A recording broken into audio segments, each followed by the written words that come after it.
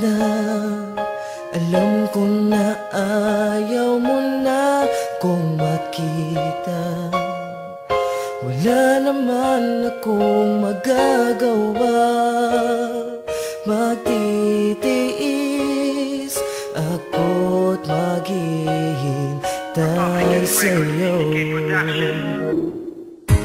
Kahit na ako'y nababaliw sa iyo, mas mabuti lang nga yata ito kesa ang mawala ka. Kaya di ko kaya ang lumayo sa'yo. Ang mga tawag kong di mo sinasagot, di mo na gusto ang pag-ibig ko. Ano man ang gawin, binabaliwala mo. Ako yung humihingi ng tawad sa iyo. Sa harap ng iyong pinto ay naghihintay, kahit na parang di mo ko nakikita. Masakit ang lahat, pero patuloy akong maghihintay sa iyong pagbalik.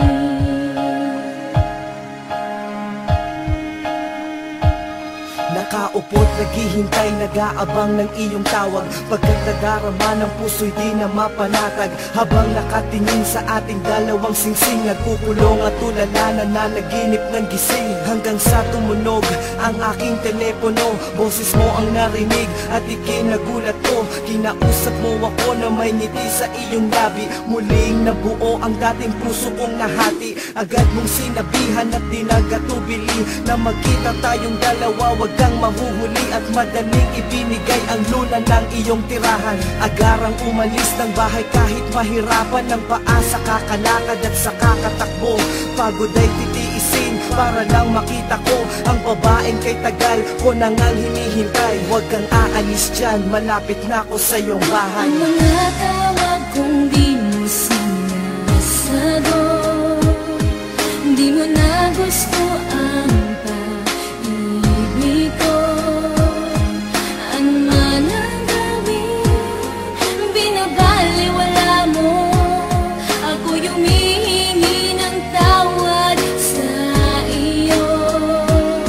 Sa harap ng iyong pinto ay naghihintay, kahit na parang di mo ko nakikita.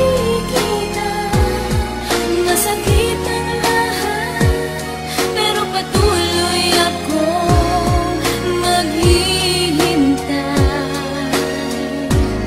sa iyong pagbalik.